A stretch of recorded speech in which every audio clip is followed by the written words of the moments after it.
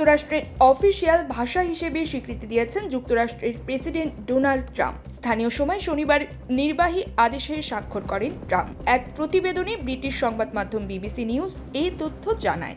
প্রতিবেদনে বলা হয়, ডোনাল্ড ট্রাম্পের এই নির্বাহী আদেশের মাধ্যমে সাবেক প্রেসিডেন্ট বিল ক্লিন্টনের একটি আদেশ বাতিল করা হয়েছে।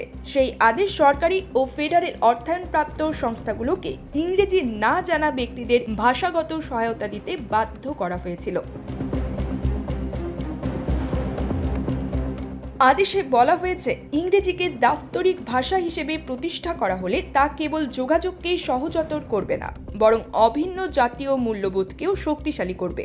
আরও সুসংহত ও দক্ষ সমাজ গঠনেও এটি সহায়ক হবে। এছাড়াও নতুন আমেরিকানদের মাধ্যমে আমাদের জাতীয় ভাষা শেখার ও গ্রহণকে উৎসাহিত করার নীতি যুক্তরাষ্ট্রকে এবং আমেরিকান স্বপ্ন অর্জনে নতুন নাগরিকদের ক্ষমতায়ন করবে। নির্বাহী আদেশে আরও বলা হয়, ইংরেজি জানা কেবল অর্থনৈতিক সুযোগের দ্বার উন্মুক্ত করে না, এটি নতুন অভিবাসীদের তাদের সম্প্রদায়ের সঙ্গে সম্পৃক্ত হতে, জাতীয় ঐতিহ্যে অংশ নিতে এবং সমাজে অবদান রাখতে সহায়তা করে।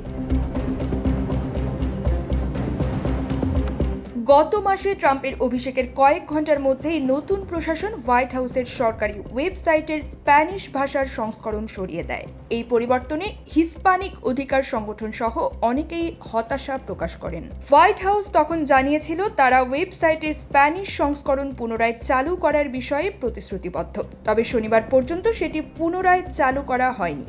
এই বিষয়ে কোনো পদক্ষেপ নেওয়া হবে কিনা তা জানতে চাইলে হোয়াইট হাউস তাৎক্ষণিকভাবে কোনো মন্তব্য করেনি।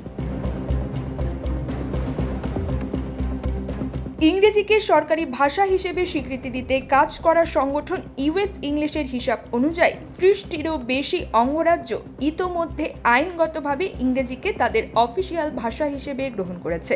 মার্কিন সেন্সাস ব্যুরো অনুসারে যুক্তরাষ্ট্রের 34 কোটি বাসিন্দার মধ্যে প্রায় 6 কোটি 80 লাখ মানুষ ইংরেজি ছাড়া অন্য ভাষায় কথা বলেন। এর মধ্যে 160টিরও বেশি নেটিভ আমেরিকান ভাষা রয়েছে।